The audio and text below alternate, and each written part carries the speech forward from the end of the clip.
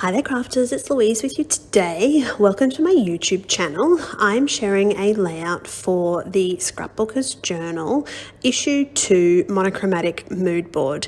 Now if you're not following me on Facebook or you're new here, the Scrapbookers Journal is actually a publication that I created.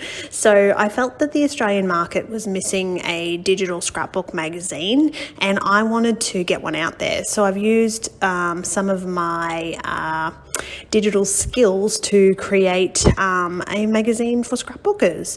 The issue 1 came out on the 1st of January and you'll find this layout in issue 2. So each issue we have a mood board, a grab 5, different themes and challenges to inspire you. So this issue is all about I've lost my train of thought. All about mixed media. There we go. So I decided to start with black cardstock in my background and have a go at some techniques that I haven't used for a little while. In this case, I've pulled out the embossing powders. I really love the way white embossing looks on a black background. I think that it's really effective. It gives that shimmer and real pop. You can get the same sort of effect, I guess, with texture paste, but for me, embossing just looks that little bit different. So I wanted to create this kind of circular layout. I've chosen a photo and I'm also going to use different papers and embellishments to actually enhance my photo. Now I store my supplies by colour, so I'm pulling out my black and white box and I'm going to choose how to embellish this layout. So I'm choosing a couple of different things. There's some tags, you can see I've got some punchinella, I really want some die cuts, couple of different things I'm just going to pull and see how the layout actually progresses. I definitely recommend, if you haven't thought about storing your embellishments by colour, to give this a go.